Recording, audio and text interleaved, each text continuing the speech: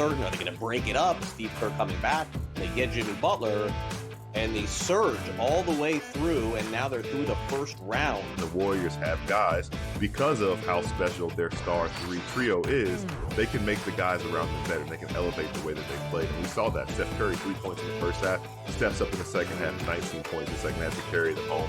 Newswire. Only on SportsGrid. Malaysia Fawali, who you guys know I am a huge fan, has decided to switch allegiances and stay in league. And now she's going to go play for Kim Mulkey. Her, Flau'jae Johnson in the backcourt. It's going to be interesting to watch. You wonder sometimes with roster construction, maybe too much is not too good. Betting above the rim. Only on SportsGrid. I don't know what he was doing taking step-back threes at the end of that regulation when he's got bigs on him and he should be driving to the hole. It's already bad enough that I'm playing with all these NBA and D1 studs that are unstoppable, and I'm the worst one there, and I can still ball with them. But if I start calling fouls, they'll revoke my privileges. Like, I man up when I play with them. Pharrell Coast to Coast. Only on SportsGrid.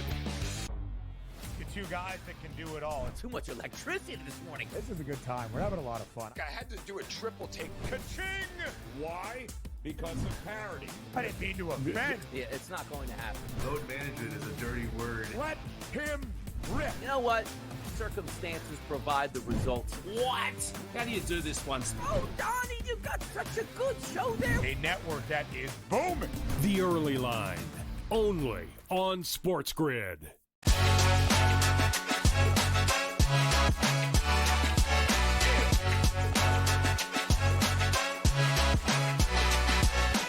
Already down 2-0. What happens to the Celtics if they're bounced from the playoffs? Plus, we have the latest on the NCAA settlement over team roster limits.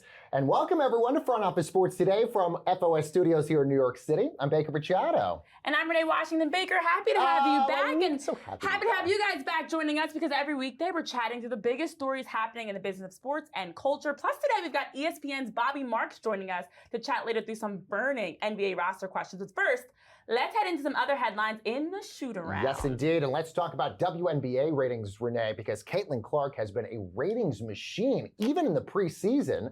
The Fever Stars' return over the weekend to Iowa and a blowout win against the Brazil national team was viewed by 1.3 million people on ESPN. Again, this is an exhibition game. Renee, ESPN is saying out of the 57 exhibition games that they have broadcast since 2010, only 2 outrated what Caitlin Clark just did, and both of those featured LeBron. Yeah, going back to 2010, that's a remarkable number of NBA games that this preseason exhibition game had more than. Caitlin Clark is must-see TV, and I love the carryover from last season as the WNBA had record numbers of most watched ever regular season on ESPN. Also, their in-person attendance at a high, single-game records, plus even just digital consumption and their merchandising sales, everything was up. But it's a trickle-down effect. Even the Valkyries, the new expansion franchise, actually had the 3rd highest ever WNBA ratings as a new franchise, the 3rd highest in-person attendance, I should say, in history. So Caitlin Clark, and then it's a nice snowball effect from there, which we love to see. We absolutely love to see, and you have to get excited then for the regular season, because if this is just a taste of what we're getting for the exhibition, ooh, that's going to be good. Elsewhere, the LA Rams are taking their June minicamp on the road to Hawaii. That is a first for any NFL team. The Rams will hold their 2 days of workouts at War Memorial Stadium in Wailuku. Now, this is an attempt to also boost tourism in Maui. The team also, I love this, going to take part in volunteer activities with local children. And Renee, they're also going to assist in rebuilding homes in Lahaina that were burnt down by the fire, all with Habitat with Humanity. Where's our ticket? How we go? But I love the fact they're going as a chance to connect with the community in one aspect, as you mentioned, but also on the side of the team specifically. Most NFL teams don't do this. They like to get their teams acclimated to their facilities, their weight rooms, their, everything's at their traditional practice facilities. So for the Rams, they're taking their talents to Hawaii. And a nice change of scenery, middle of June. It breaks up the preseason and the off-season workouts are just a lot. So I think this is a great way, not only for the team individually, as the first ever NFL team to have their mini camp in Maui, to maybe set the precedent for others. And we'll see how that also carries over into the season? Does it lead to more team chemistry early on in the season? Does it help out in any positive way, in addition to the community outreach as well? Well, yeah, plus they'll probably have dinner at a luau or something like that. I mean, that sounds pretty nice to me. Meanwhile, Nick Saban is going to co-chair President Trump's Commission on College Athletics after the former Alabama coach met with the president to discuss NIL reform. Now, this commission would examine issues like the transfer portal and even employment of college athletes. Renee, Trump also is considering an executive order aimed at greater scrutiny towards NIL deals as well. Yeah, we've been hearing more and more from President Trump and his administration getting involved in sports in a number of ways, and this is one of the most recent. Now, allegedly 7-time national champion and now ESPN College Game Day analyst Nick Saban approached Trump with wanting to reform, not get away all the way and cancel NIL, but reform NIL, feeling like there needs to be some changes. He's against it, as the guy that was the highest paid college coach when he retired is against players getting paid. So there are some other aspects, of course, with that committee. He's working with Texas businessman Cody Campbell. They're going to be leading this around different types of topics, transfer portal, the booster clubs and compensation, and just overall Title IX. So there's a lot of factors that they're focusing on, and Nick Saban leading the charge as Mr. Anti-NIL. Yeah, you mentioned Campbell, by the way. He's the big booster with Texas Tech, who was just dumping tons of money into their NIL collective. And let's stay, guys, with college sports as we're learning more in the House versus NCAA settlement regarding proposed roster spots. This is the judge in the case has given the parties a deadline to come to an agreement. So let's take a look about a little bit more about this in our main event. And let's bring in Front Office Sports college sports reporter Amanda Kristovich, who's been following this. So Amanda, what did the judge actually say last night? So last night we were awaiting the lawyers trying to ameliorate this roster limits issue that the judge basically said she wouldn't approve the settlement if they didn't fix. And just quick background, the roster limits issue in the House settlement, they are giving up on scholarship limits. You can give as many scholarships as you want, but you are now going to have roster limits. And as a result of that, walk-ons, partial scholarship athletes all over the country have lost their roster spots. And the judge said, you got to find a way to make sure that the athletes that already got those offers don't lose them in the future, right? So athletes and the NCAA lawyers gave a solution last night saying that the schools don't have to reinstate the players, but they can if they want to. They're going to be exempt from roster limits, okay? And then the judge, like literally 20 minutes later, said, all right, I want to know what the objectors, the lawyers for some of these athletes who have lost their roster spots, think of this solution, and then I'll make my ruling like next week. Wow. Oh, wow. I mean, this impacts so many athletes, families, so many people that are involved in this. What was the reaction to this news last night? The reaction was really mixed. I think that on the one hand, it makes sense to not force schools to give athletes their roster spots back, because as we know, roster spots are never required, or they're never guaranteed. Right. And for any reason, for athletic performance reasons, injuries, players get cut from teams, unfortunately. Academics. Exactly. The idea is that, their scholarships would get honored if it's, an on-field reason. But there still was a lot of consternation about this idea that athletes wouldn't get a guarantee. They were worried that schools would say, okay, well, we can give you your spot back, but we're just not in the mood. We just don't want to. And so that is still a major concern, and that's the biggest hang-up. As you mentioned, obviously, the judge is saying they have to come to an agreement if she's going to approve this settlement. So what happens here, and is there an expectation that they will come to an agreement? So we are going to see over the next week what these objectors' lawyers have to say about the solution. Then the athletes and the conference lawyers and the NCAA lawyers will all get a chance to respond to those lawyers. Right. You're seeing a theme here, right? Yes. Lawyers, and more lawyers. Then the judge, at some point, hopefully by the end of May, will make a final ruling about whether or not this solution is going to be good enough for her to rubber stamp the settlement. Interesting. And so how much longer do we think this could happen, go on for? If she rubber stamps the settlement, I would argue we'll get a ruling by the beginning of June. But if she doesn't, next step is trial. And that could take a year. Wow. Wow. So what really has been the pushback? I mean, this is such a long process, and every time I feel like we hear an update is coming, but it feels like we're still so far, as you mentioned, at least a year possibly from a resolution. What do you think really is making this process so long? I mean, that's just how, the legal process for these complex antitrust settlements goes in general, I would say. And then specifically on this issue, this is a settlement for 3 class action antitrust cases, 3 major cases with related but different issues. And they're trying to cram so many things into one settlement that, is really supposed to reshape all of college sports. But that's not what a settlement is supposed to do. A settlement is not a collective bargaining agreement. So we're running into so many issues about folks saying, actually college sports future should look like this, not how the settlement put it. But the job of the judge in the settlement is to settle a legal dispute. It's not to chart a new path for college sports. And that's, I think, where the main tension has been. We have about 60 seconds left with you. We talked about Nick Saban teaming up with President Trump to form this committee. How is this also going to work? Any insight to that?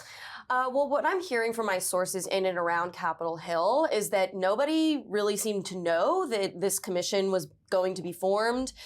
There was a lot of surprise, which is not... That can be par for the course in the Trump administration, is what I've been told, that there isn't always a heads up given to congressional lawmakers. But I definitely think it's interesting because lots of folks in Congress have been working on this issue for years. Right. So the question now becomes, is Trump and his commission going to take over to provide recommendations that Congress can't move without? Yeah, good point. Amanda Kristovich, our college sports reporter, thank you so much. Coming up next on Front Office Sports Today, we got Bobby Marks to answer your NBA questions. Don't go anywhere.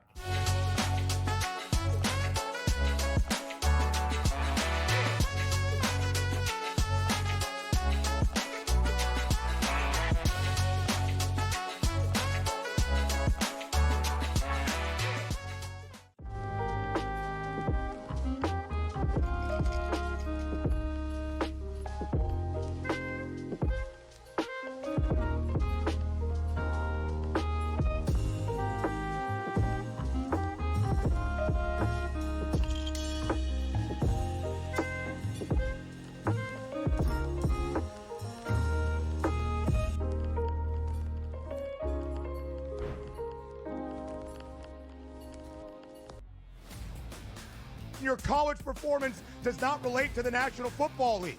It never They does. played side by side with each other, and he wasn't as good as Quinn Ewers. That's an issue. That's a major issue. It wasn't that it wasn't as good as Quinn Ewers. Ever Ewers. got to Texas. It wasn't that it wasn't as good as Quinn Ewers. It was Quinn Ewers' program, which Steve Sarkisian Why made would it be very Quinn clear Ewers' the entirety of the time that Arch Manning was in Austin. So for you to argue that because Ewers is a 7th-round pick, Arch Manning is not that good and not deserving of being first overall is asinine. It is wrong. It is incorrect. I just told you he's going to be number 1 overall. My whole thing was I'm buying you're doing him your because thing now I where you expect him to double have a down on a decent take season. No, I'm that not is doing incorrect that. The when I best show it's quarterback incorrect. prospect to ever hit college football can't play He's over not a so. 7th-round There were pick two who didn't even perfectly play rated good. quarterback Stop recruits it. in the history Stop of the it. sport. Quinn Vince Ewers couldn't Young even play at and Ohio Quinn State. Ewers. He couldn't even play at Vince Ohio Young State. and Quinn Ewers.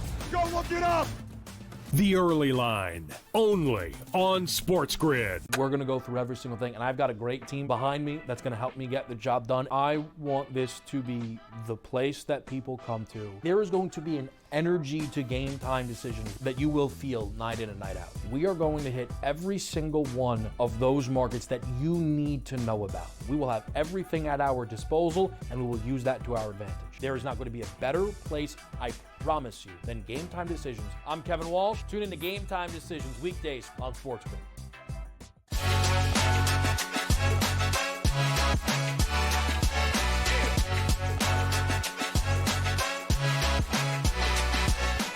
And welcome back, friends, to Front Office Sports Today with Renee Washington. I'm Baker Machado, and the Knicks have pretty much shocked the NBA world, Renee, going up 2-0 already on the Boston Celtics. And the Celtics, heading into the offseason, have a lot of big questions headed their way, especially with this proposed new sale of the team basically happening and being finalized any day now. So for that and so many other big questions we have about NBA rosters, let's bring in our friend ESPN's Bobby Marks for more on this. Bobby, good to see you. How are you? I'm great. Thanks for having me. I appreciate appreciate it. So let's just say hypothetically, Boston does in fact lose to in this series to the Knicks. They have the highest payroll going into the offseason. They've got this proposed acquisition at almost $6 to $7 billion happening. What happens to the Celtics? Yeah, it's funny. Brian Windhorst my colleague was on Get Up this morning, and he was talking about it. And he's like, hey, they've got this $400 million payroll potentially. And I'm texting him while he's like on camera. I'm like, it's actually 465 right now. Yeah. Listen, they are, we're going to see how much teeth this collective bargaining agreement actually has. And I think it's going to be a pretty big bite here. Where Boston is. Remember, we're entering year one with the Jason Tatum Supermax. The extension for Derek White will kick in, and you already have Jaylen Brown on a Supermax contract. Their payroll, if they keep this roster, will be the biggest in NBA history. It'll look like the Los Angeles Dodgers. It will be over $500 million. They have a change in ownership. Certainly, they're still waiting to get approved.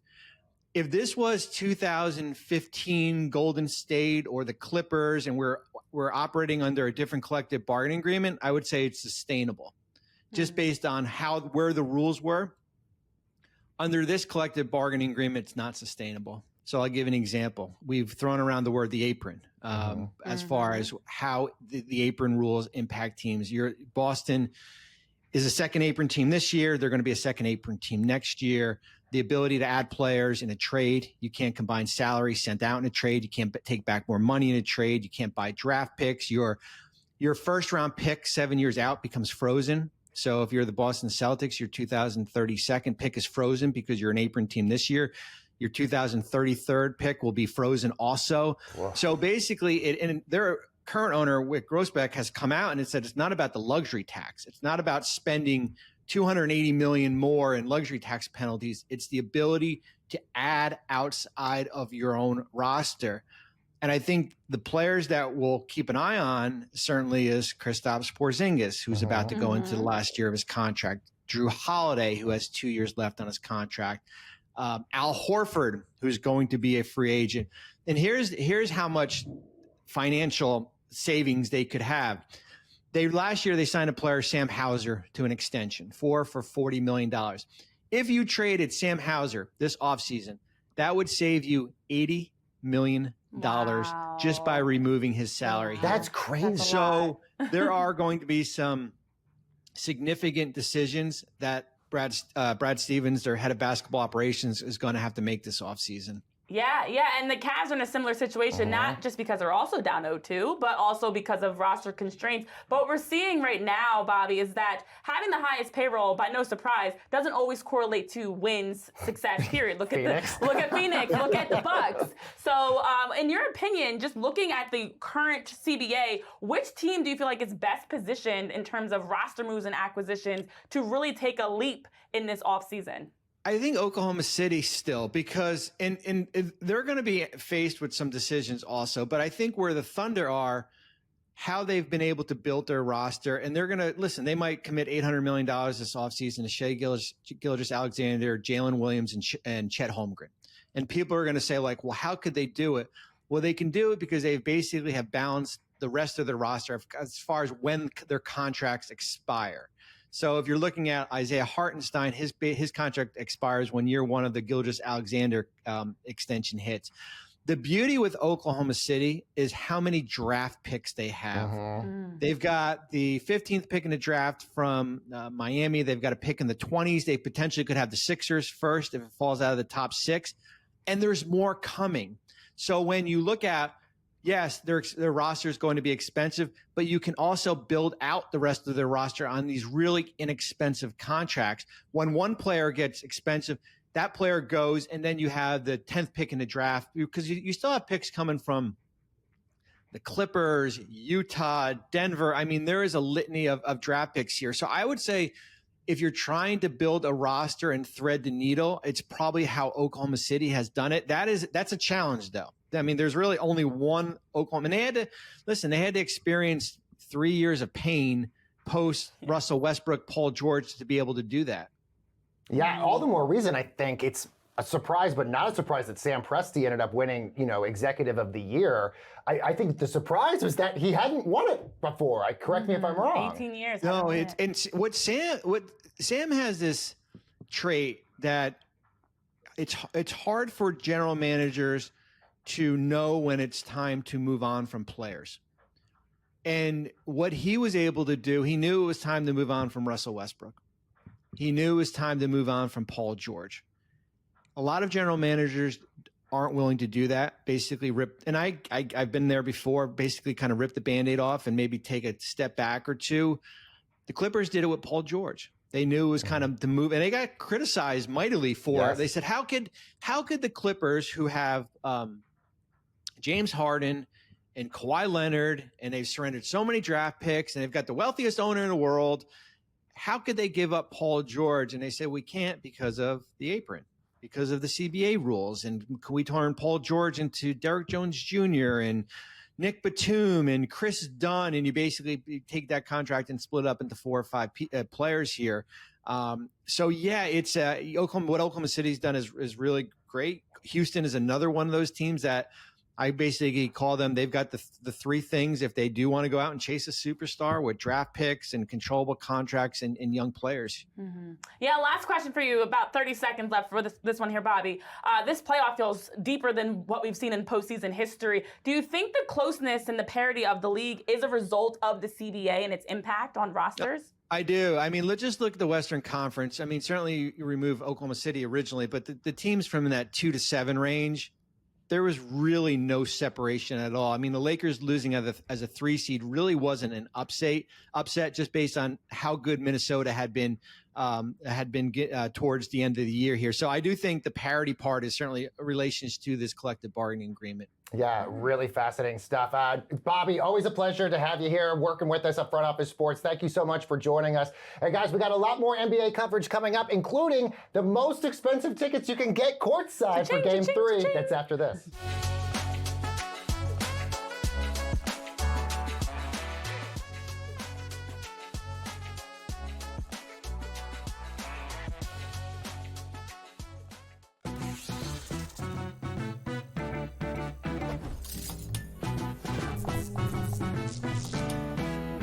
Vegas knows how to show love to our everyday heroes. So if you're a first responder, you are in for some perks. Lots of hotels and casino offer big discounts to any first responders who can show valid work or volunteer ID.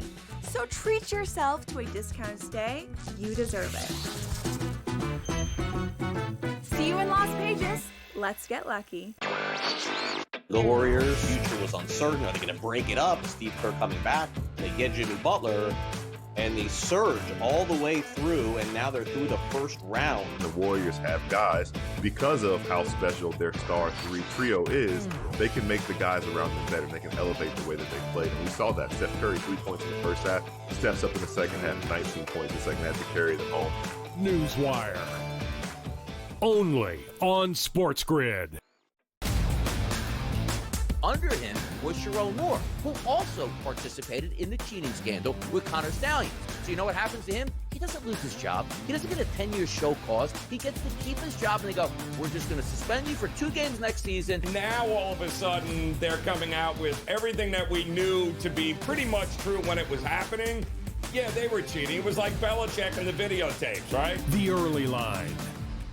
Only on SportsGrid. The game is on. The stakes are high.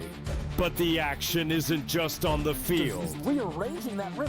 Get it inside! SportsGrid's in-game live. Your ultimate second screen experience. Just a little flyer, couple of 18.5 point live line. Every prop, every play, every day. Anything can happen. That's complete chaos. It's smarter to be on SportsGrid.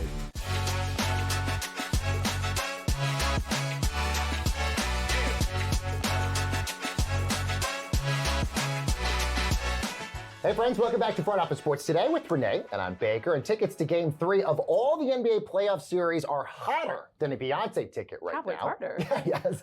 So let's try to rank the prices in the big ticket presented by our friends over at TickPick. And for that, we bring in our hostess with the mostest, our producer at FOS Today, Rishi Rajagopalan. Hi, Rishi. Hello. How we doing? Hi, Rishi. All right, tell us how this works. Yeah, so we all know sports is big business, but the NBA playoffs are especially big business. We have some ticket prices for you guys. These are the most expensive tickets courtside to get into these games. Okay. And we're going to run through some of these arenas, give you some ticket prices, and you guys are going to have to blind assign them to what you think these arenas are costing for these tickets. We're indecisive. Yes. Oh, Okay, no. so what our options are? Yeah, let's run through these. So first of all, we have Celtics at Knicks at the great Madison Square Garden. So you could be courtside next to the young Timothy Chalamet here. This could be a cool experience for you. That, yeah. Our next is Timberwolves at Warriors at the Chase Center. Ooh. So there's LL Cool J there enjoying some playoff hoops.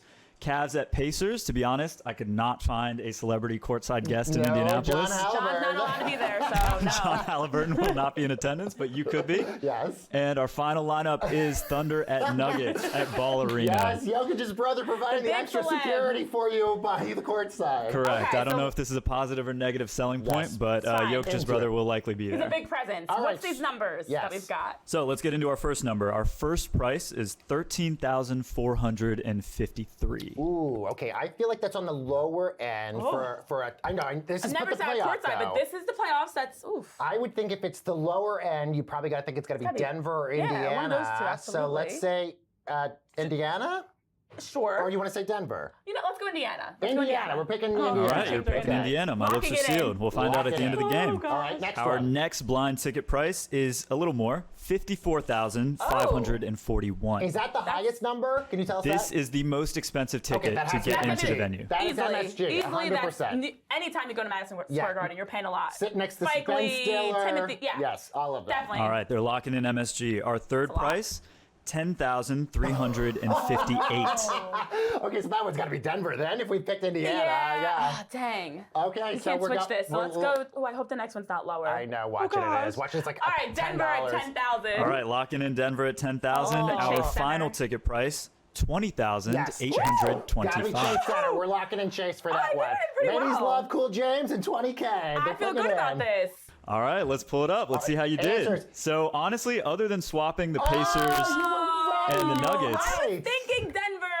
I mean, this is a team that won a championship recently. Yeah. It's a little bit more expensive to go see Interesting. MVP Nikola Jokic and the Nuggets. Yeah, but 54 Definitely. grand. I can't believe that, Rishi. And that's wild. That's a lot correct, of money. correct. So for all the people watching, if you want, a budget ticket, get yourself a flight to Indianapolis and view Cavs at Pacers there. That could definitely put a damper in your bank account. Love this game, Rishi. Thank you so much. All right, Renee, let's see what's bubbling over at the FOS water cooler. And Paul Pierce has made good on his word to walk that 15-plus miles to work since the Celtics lost Game 2 against the Knicks. The FS1 and former Boston All-Star documented his 8-hour walk in his bathrobe. No shoes, by the way, all the way to the Fox studios, and all of it's over on social media. The FS1 social media team even made a map of where he's going, which if you know LA, like some of our viewers probably do, he's going from the Valley all the way down to like the Culver City area. Woof, that's not fun. I need to see footage. I need to see footage of him walking the entire time. Paul Pierce is the truth. Yeah. But I'm bummed. But I will say, the fact he even tried to pretend he walked, whether he did or did not, is more than I would have done. Good for him. He vowed to walk. He thought that there was no way that the Knicks were going to win Game 2. The Celtics, after that awful Game 1, lost. They blew the 20-point lead. They did it again. Yeah. And so I just wonder, next time if he'll think twice about making these. I think if you're making a statement about what you're going to do, make it something you actually can do. Oh, 100%. Well, that like also, if they lose, I'm going to. I mean, because I wonder what's next. Like if they lose Game 3, is he going to come out and climb a mountain or something? I don't know how far are we going here. I don't know. I mean, yes, I'm with you. Good for him for actually doing it and documenting it. But do we actually think he did it? No. Like, that's the thing. Is like, this is a long walk for him to go and do with 8 no hours shoes. of walking. And in LA, nobody's walking barefoot on anything there. Did you unless check the in beach. I think that would actually land you in a doctor's office. I won't say hospital as far, but like to be barefoot walking through LA, I don't think we could walk anywhere barefoot for an hour, let alone but 8. Shows how confident confident a lot of people like him and even Boston fans were that they were going to win that second And I game. respect him being a man of his word because Paul Pierce is still the truth, guys. All right. Guys, that's going to do it for this edition of FOS Today. Join me and Renee tomorrow. The great Malcolm Jenkins is going to be joining us in the studio. The champ! Yes, from the Eagles in the studios. He'll be talking about art and a bunch of other big things that he is working on as well. So I know you're going to be fangirling for that. So excited to close out the week with my guy, Malcolm Jenkins. All right, guys. So we will see you guys on tomorrow's show. Enjoy the rest of your Thursday. We'll see ya.